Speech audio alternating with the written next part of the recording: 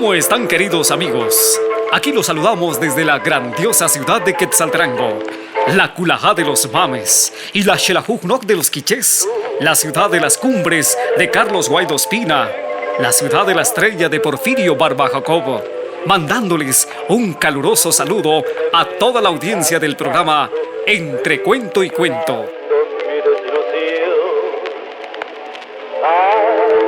Bañadas de luna que fueron la cuna de mi juventud. Madre te llaman Xelajú los siglos, y eres alondra, trébol y diamante. Tú amparas el reposo de mis muertos en la infinita noche de la tierra. En ti el amor es hondo como el mundo y perpetuo el amor como la vida. Yo soy el hijo pródigo y doliente que atraes tú como el imán la aguja. Y después de tus dádivas superbas, ante el vaso de aromas del crepúsculo, nada espero de ti, nada te pido, sino un palmo de tierra, un palmo solo para esconder mi sueño perdurable.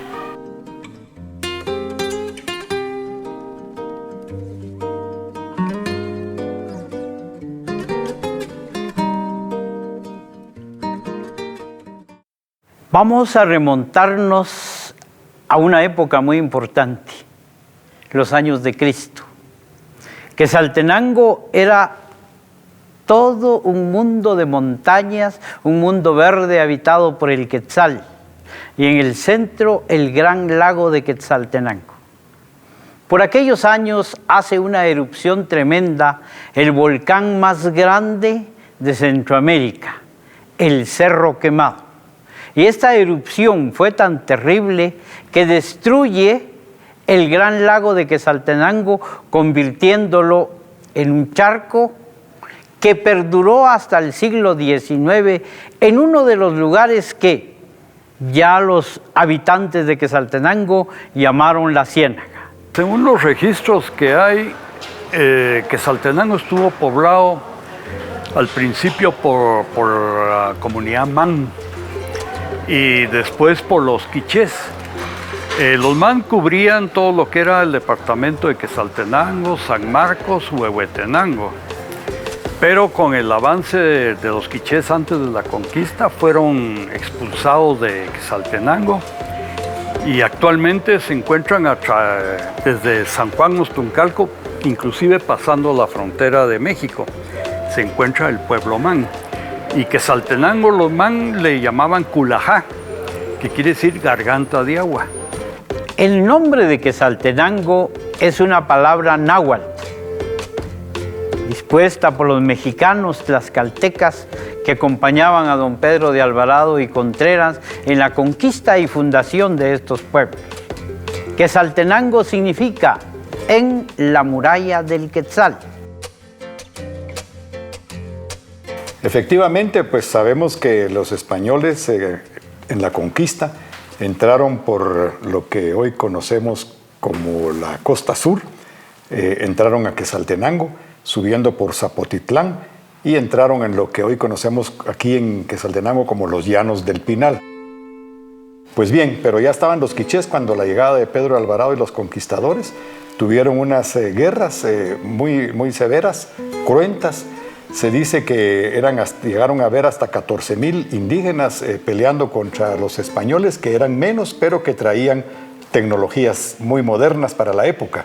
Traían pólvora, traían caballos y venían armados con armaduras que les protegían, de manera que para ellos fue relativamente fácil dominar y vencer a los quichés, que eran dirigidos por Tecunumán. Xela, para la historia, fue el primer lugar de la República de Guatemala que defendió de la invasión española a nuestro territorio. Consideramos que es una invasión y no una conquista, porque vino a destruir muchos de los valores científicos que los indígenas ya habían logrado a través de sus ancestros mayas, y todo eso se borró y desapareció mucho de ello de la historia. Destruyeron la mayor parte de literatura, destruyeron también y quisieron destruir nuestra espiritualidad, destruyeron también nuestros valores.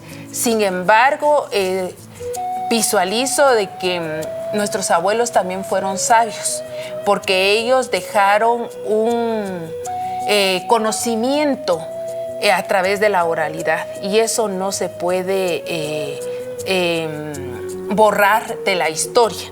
Pero desde entonces Xela tiene un lugar muy notorio, porque Tecunumán, aunque últimamente han tratado de decir que no existe, fue un personaje del reino quiché que defendió a nuestra gente y a nuestra cultura. Según Huichichilchunun, Tecún murió en la montaña llamada Pacajá. Fue enterrado en el baúl y posteriormente en un lugar que se llamó Chuigi-Mequená, en los alrededores de la ciudad de Totonicapán. Una vez que Pedro de Alvarado domina a los quichés en esa batalla cruenta que mencionábamos de 1524, se dirige con sus hombres a lo que hoy es Salcajá y ahí se instala. Y los primeros años de los conquistadores los pasan en Salcajá, es como hasta el tercer o cuarto año que vienen ya a establecerse en Quetzaltenango. Pero sí hay que mencionar que antes de ir a Salcajá e instalarse allá, fundan la ciudad de Quetzaltenango con el nombre actual. Cuando don Pedro de Alvarado hace su ingreso a esta ciudad y funda la misma, en el lugar que hoy está el gimnasio quetzalteco, calle de por medio y las escuelas Manuel Enecón López y Francisco Muñoz. Ahí se levanta lo que sería la primera iglesia, se canta la misa y se declara fundada la ciudad de Quetzaltenango, y posteriormente este lugar va a tomar el nombre de Cantón San Nicolás, que va a ser el primero existente en nuestra ciudad.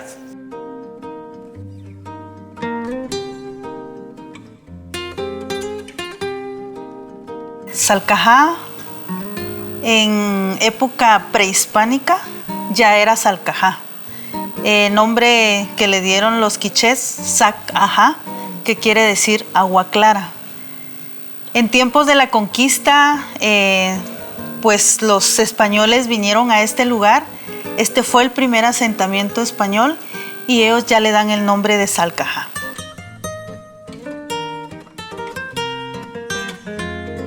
Después de la conquista, ellos deciden construir un monumento. Se procede a la construcción de la ermita bajo unas cúpulas. Esto para que toda la población en ese entonces, pues ellos vieran los grandes monumentos que ellos construían, ¿verdad? Se procede a la celebración también de la primera Eucaristía en Guatemala, un 12 de mayo de 1524.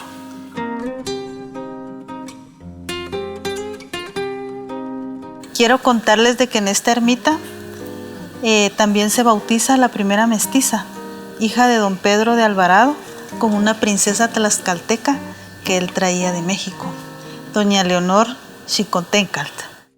En una carta, el obispo Marroquín le sugiere al rey que lo mejor era poner a convivir indígenas con los españoles, a los criollos y a los criollos también juntamente, y en la reducción pues ponerles a vivir juntos.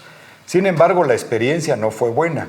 Según el criterio del obispo Marroquín, con ellos se iba a lograr que iban a culturizarse los indígenas, una especie de asimilacionismo. Pero esto no funcionó, porque dentro de los españoles conquistadores pues venía de todo, y también entonces estaban agarrando malas costumbres los indígenas. Entonces la decisión que toma la corona unos años más tarde es separar españoles y criollos de los indígenas, y se establece lo que se llamó los pueblos de indios, y Quetzaltenango fue un pueblo de indios. Y entonces estaban los españoles viviendo en ciertas ciudades como Santiago de los Caballeros, y en el resto de lo que hoy es Guatemala, los indígenas.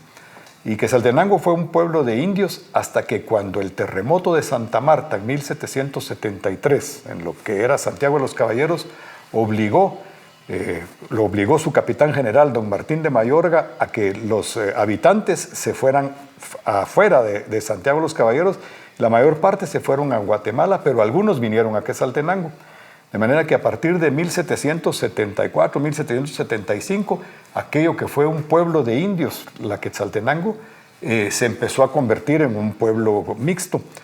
Aquí hubo mucha emigración mexicana porque tanto Pedro de Alvarado como Jorge de Alvarado trajeron una cantidad grande de guerreros que venían al servicio de ellos y ellos se quedaron aquí.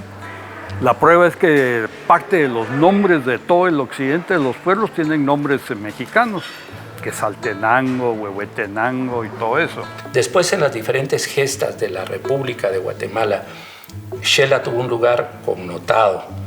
Cuando se hizo la independencia en el año 1821, la independencia, el acta de la independencia no fue bien redactada.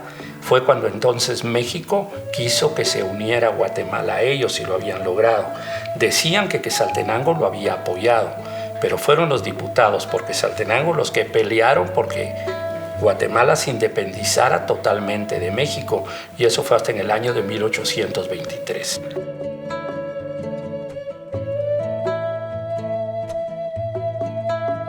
En la época todavía de la colonia y a principios de la vida independiente, existía en Guatemala lo que se llamó el Consulado de Comercio, que era manejado por la aristocracia guatemalteca y que era la única entidad que podía comerciar y exportar e importar. La exportación pues era añil, cochinilla, cacao, etc. Pero era la única de todas las provincias de Centroamérica. Y eso generó mucho malestar, no solo en esta región del occidente, sino en el resto de provincias de Centroamérica. Cuando los gobiernos del partido de Quetzaltenango solicitaban a la Capitanía General y posteriormente al gobierno republicano de Guatemala la fundación de una escuela, la fundación de un hospital, la fundación de una universidad, el título de ciudad para Quetzaltenango. La respuesta siempre fue para esta tierra negativa. No había moneda circulante, se hacían las situaciones a base de trueque, de tal manera que la población vivía en un caos. Aprovechando la situación que se vivía en Centroamérica, el distinguido patricio don Manuel Martínez Aparicio, al tomar posesión del cargo de alcalde primero, el 1 de enero de 1824, lanza la idea de que Quetzaltenango, Sololá y Totonicapán se conviertan en el 6º estado de la Federación Centroamericana. Esta idea va a cuajar el 2 de febrero de 1838, cuando en las afueras de este lugar la municipalidad convoca a la población y hace del conocimiento que en ese momento se declara la independencia de los Altos del Estado de Guatemala. Pero tuvo serios problemas para lograr mantenerse como un estado. Uno de ellos es que, a pesar de que tenía 129 poblaciones y más de 200,000 habitantes, un problema fue que los conservadores que dominaban el resto de Guatemala, la otra parte, la Guatemala, dirigidos por el brigadier Rafael Carrera, estaban en desacuerdo con que existiera aquí un estado independiente que era más de carácter liberal en lo político. De manera que había prácticamente una pelea política entre los dos estados, el de Guatemala y el de Estado de los Altos, a tal cuenta que Quetzaltenango se vio obligado de armar un ejército, y para ello compró fusiles en Inglaterra.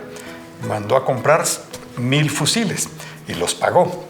Pero en esa misma época los ingleses tomaron la isla de Roatán en Honduras, y Quetzaltenango, el Estado de los Altos, se opuso a esa toma del territorio hondureño y le solicitó a las demás provincias que se opusieran. El cónsul inglés Chatfield, en su enojo, le advirtió al brigadier Carrera que llegaban armas para el Estado de los Altos, y entonces Carrera confiscó esas armas en Puerto Barrios, de manera tal que el gobierno de los Altos se quedó totalmente desarmado. Y Carrera envió a su asistente militar, que era el general Doroteo Monterroso, a que atacara la ciudad. Tomaron preso al presidente del Estado de los Altos, a don Marcelo Molina, y lo expulsaron hacia México. Y ya regresó el general Doroteo Monterroso hacia la ciudad de Guatemala, pero al regresar hubo otro intento de alzamiento del gobierno del Estado de los Altos y le avisaron a Carrera. Entonces Carrera, personalmente muy disgustado, vino a Quetzaltenango, atacó la ciudad, tomó a la alcaldía municipal y a todo el consejo y sus síndicos. Casualmente el alcalde era un hermano del presidente Marcelo Molina, se llamó Roberto Molina, y fusiló al alcalde con todo su equipo de concejales y de síndicos en el parque central de la ciudad. Un algo que todavía está presente en el alma y en el espíritu de los quetzaltecos, y algo que todavía se siente con mucho dolor cada año que se celebra esta efeméride. Ciudad de las historias romancescas que un arcano pretérito acrisola, Toledo de callejas pintorescas con algo de India y mucho de española. Quetzaltenango ha tenido la suerte de ver nacer y desarrollarse a dos personalidades, quizá incomprendidas en el medio histórico-social de nuestro país. El doctor don Manuel Estrada Cabrera, primer bachiller egresado del IMBO, alcalde primero de Quetzaltenango, doctor en Derecho por la Universidad de Quetzaltenango y posteriormente presidente constitucional de la República de Guatemala de 1898 a 1920. También el doctor Estrada Cabrera fue quien puso la primera piedra de lo que en el futuro sería el Ferrocarril Nacional Eléctrico de los Altos.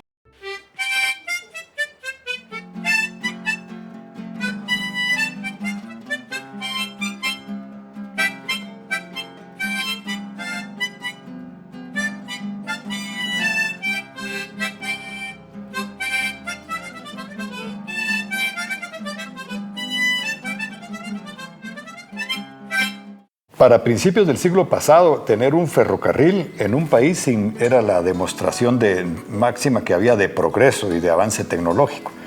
Y entonces Quetzaltenango decide que quiere tener un ferrocarril y se construye un ferrocarril eléctrico que viene desde San Felipe hasta esta ciudad, cuya terminal es aún aquí en la ciudad de Quetzaltenango, hoy el Centro Intercultural, un edificio imponente.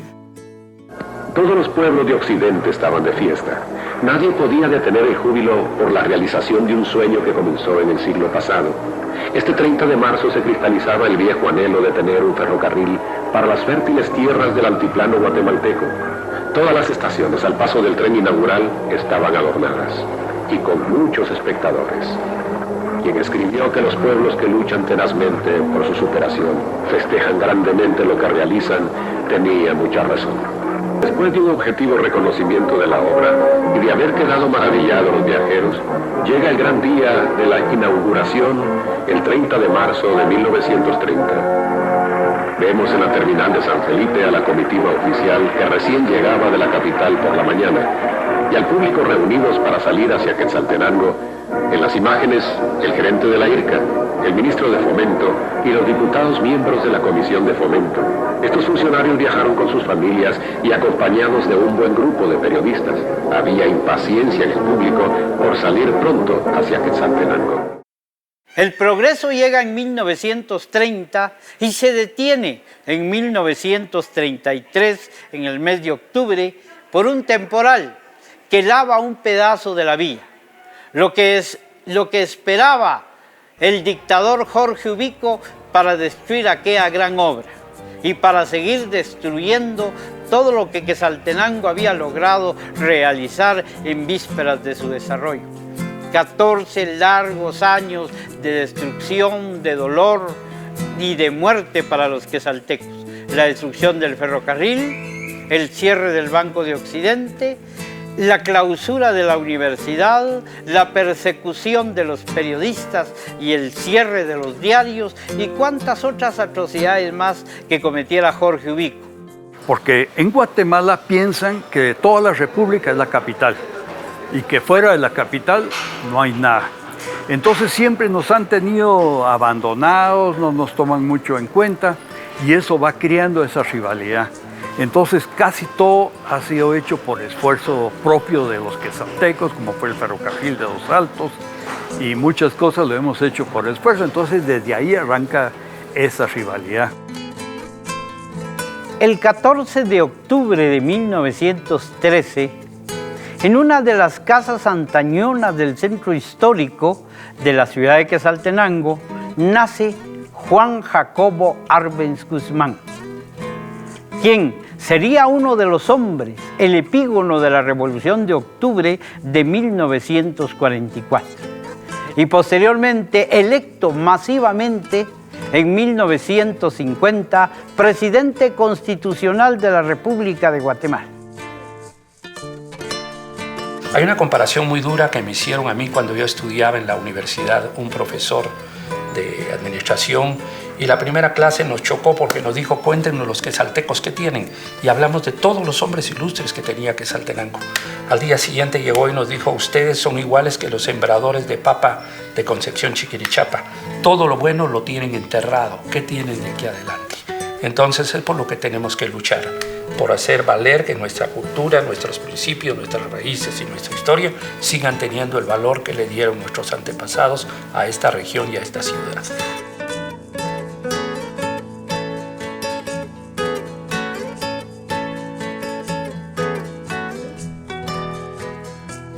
Me siento muy orgullosa de ser una mujer quetzalteca maya quiché, porque tiene una historia trascendental. Es sobre todo es la ciudad de cuna de la cultura, por sus tradiciones y costumbres, y porque es una tierra de la marimba. ¿Qué es el marimbista? El marimbista es el artista, precisamente, es el ejecutante, que es el escaño. Ejecutantes va a encontrar usted, o vamos a encontrar miles de ejecutantes en todo Guatemala. No solo Guatemala, ahora ya de esto ya se volvió más popular. Pero de ahí viene el compositor, que estaba en otro nivel. Ahí viene el arreglista, que es mucho mejor que ellos los tres. Pero hay otro, que es el superior, que es el virtuoso. Entre esos virtuosos podemos mencionar a tres personajes grandes cuando se inició aquí en Guatemala la marimba. Y entre ellos está Domingo Betancourt, Rocael Hurtado y Higinio Valle Betancourt. Aquí existieron dos familias de marimbistas famosos, la familia Betancourt con la marimba Ideal y la marimba de los hermanos Hurtado, que esa marimba de los hermanos Hurtado, en aquellos años, me permito decirles 50, vino la Capitol, que era la principal productora de discos a nivel mundial, a grabar un disco en el Teatro Municipal de Quetzaltenango con las melodías más tradicionales de la región, y ese disco se encuentra en los coleccionistas todos.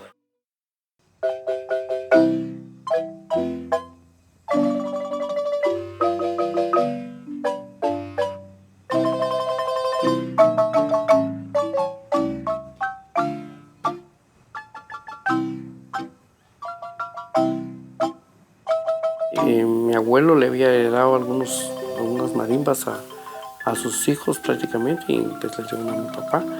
Y él aquí pues volvió a armar esa marimbita y nos empezó a enseñar.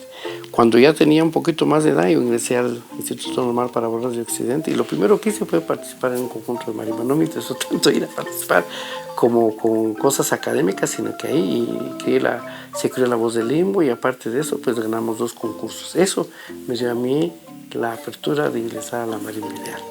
Entonces a finales de los años 70 yo ingresé a tocar a la marimba Ideal, y mi gran maestro pues precisamente fue el maestro Domingo Betancourt. El gran maestro de la marimba, Domingo Betancourt Mazariegos, se inspiró y creó una melodía, un fox, que prácticamente podría decirse es uno de los himnos de nuestra ciudad, el Ferrocarril de Los Altos. Con el Ferrocarril de Los Altos, antes de hacer el Ferrocarril de Los Altos, él creó otras 2 melodías, porque la creación del Ferrocarril de Los Altos es una tecnología alemana y tardó mucho tiempo. Primero tuvieron que construir las hidroeléctricas, las vías férreas, etcétera, etcétera. Pero él, recordemos que nació aquí en Quetzaltenango en 1906, y más o menos en esa época empezó a trabajar la AEG, que hay una melodía que se llama AEG, precisamente dedicada a esa compañía. Después no corría el ferrocarril de los Altos, hizo el corrido de los Altos, porque él quería ver cómo iba a correr ese tren. Pero finalmente, pues como toda obra que tiene su principio y tiene su final, llegó a culminarse, y entonces cuando fue inaugurada la hidroeléctrica de aquí de Zunil, fue cuando él estrenó el ferrocarril de los Altos.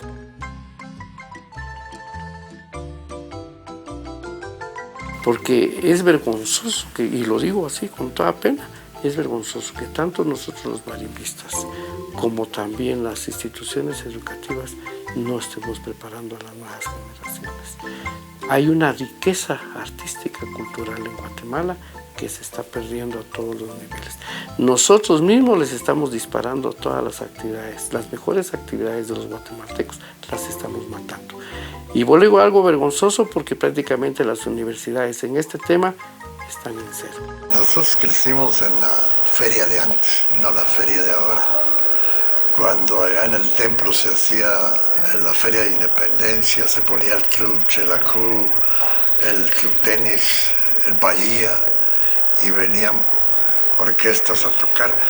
Pero a mí lo que más me gusta es la marimba.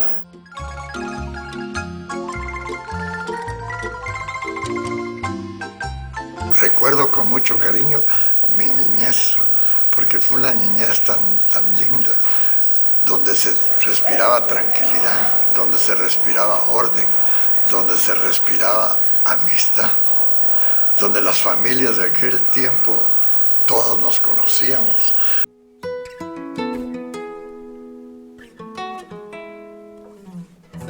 Mi mamá era la fuerte, abrió la pensión Bonifaz. En la séptima calle, donde está el Teresa Martín, ahorita el colegio Teresa Martín, con 2 habitaciones. Y cobraban en ese tiempo 50 centavos con las 3 comidas. En el año de 1935. La casa donde está el salón era de este señor José Encarnación Juárez.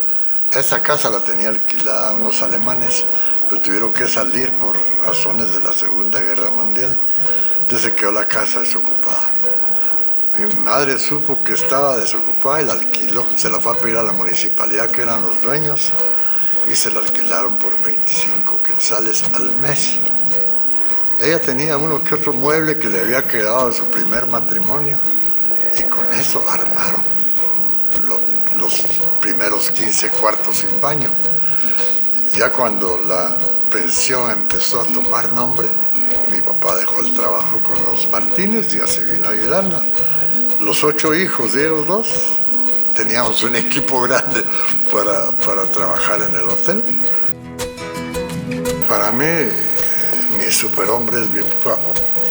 Él es el que me enseñó el trabajo, me enseñó a ser una persona honorable.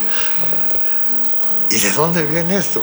Cuando él se casó con una viuda de 4 hijos. Y a los 4 hijos les enseñó que él era su papá. No les quitó el apellido, porque ellos son Sarti. Pero todos le dicen papá. Y todos trabajamos juntos con él. Imagínate que cuando yo era niño, mi hermana mayor, Sarti, era la que me cuidaba porque mi mamá tenía que trabajar. Yo quisiera darle gracias a Dios por todo lo que me ha dado, por la familia que me dio, por los nietos que tengo, por la oportunidad de haber puesto mi granito de arena para Quetzaltenango, porque Pensión Bonifaz no es mía, es una propiedad, es de Quetzaltenango, ¿verdad? Eso es de lo que yo más me siento orgulloso, de haber dejado algo. Y a veces no quiero decir que dejo este edificio, no. Estoy dejando un nombre, Bonifaz. Así le digo a mis hijos, cuiden el apellido Bonifaz, porque eso vale más que cualquier tesoro del mundo.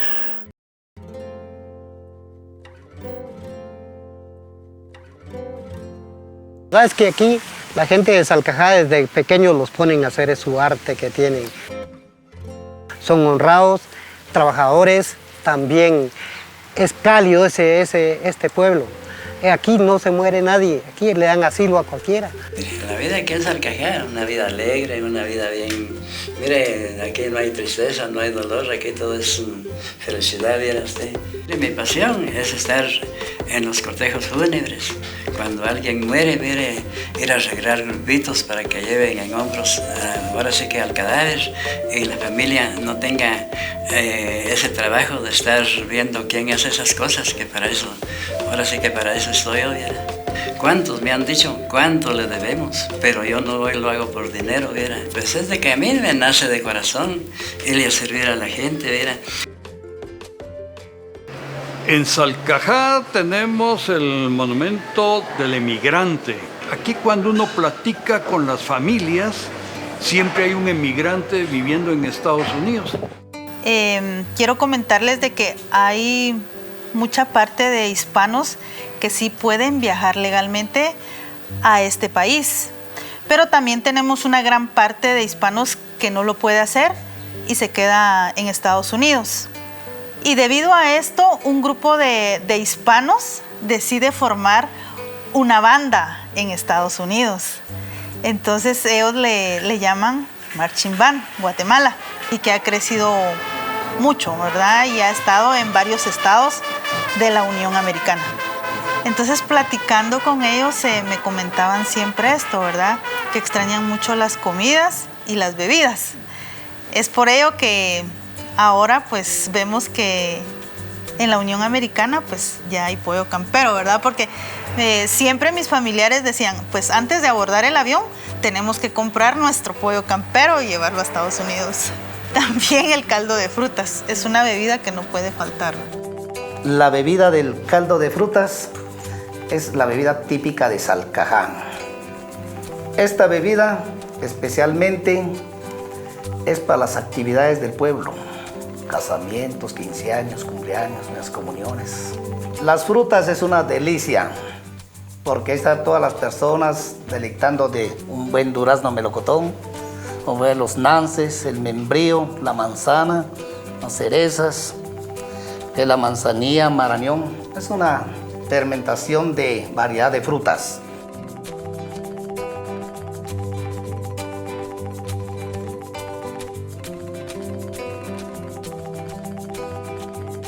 Aquí están mis principios, aquí están mis raíces y aquí voy a morir.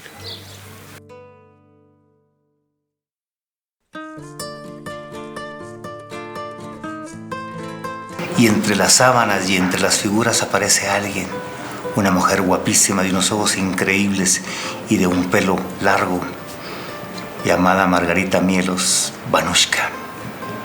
Quetzaltenango siempre se ha caracterizado por ser la ciudad más futbolística de todo Guatemala. Le decían el cabro, no sé por qué, pero así le decían los amigos, el Pepino Toledo y todos los demás.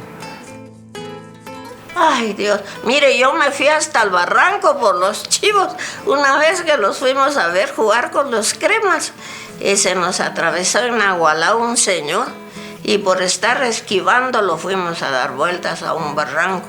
Acá en Quetzaltenango sí siguen todavía los valores en pie. Me sentí muy contenta y muy feliz porque yo era bien patoja. Yo sinceramente no sabía a lo que era el matrimonio, pedimento. Pensé que era algo formidable, ¿verdad? Que eso, como decía todo, color de rosa. Durante ese tiempo tuve la suerte, muy buena suerte, de tratar a don Juan Bautista Gutiérrez, una persona con unos conocimientos de todo y de la vida y todo, que Dios me permitió compartir con él casi 40 y tantos años de trabajo. Puedo mencionar a Cervecería, a Gallo, que creyeron en mí desde cero. Y hoy en día que estamos acá en esta casa emblemática, que es un sueño hecho realidad para todos, están ellos presentes conmigo de una manera tan genuina, tan amena de amigos. Ser un Prometeo es ser un buscador de la verdad absoluta. Fíjese que sí, mi madre se quedó sola con 3 hijos. Ella se quedó de 25 años viuda. Imagínese lo que es eso. Mi padre murió de 30 años, pero fue una mujer luchadora.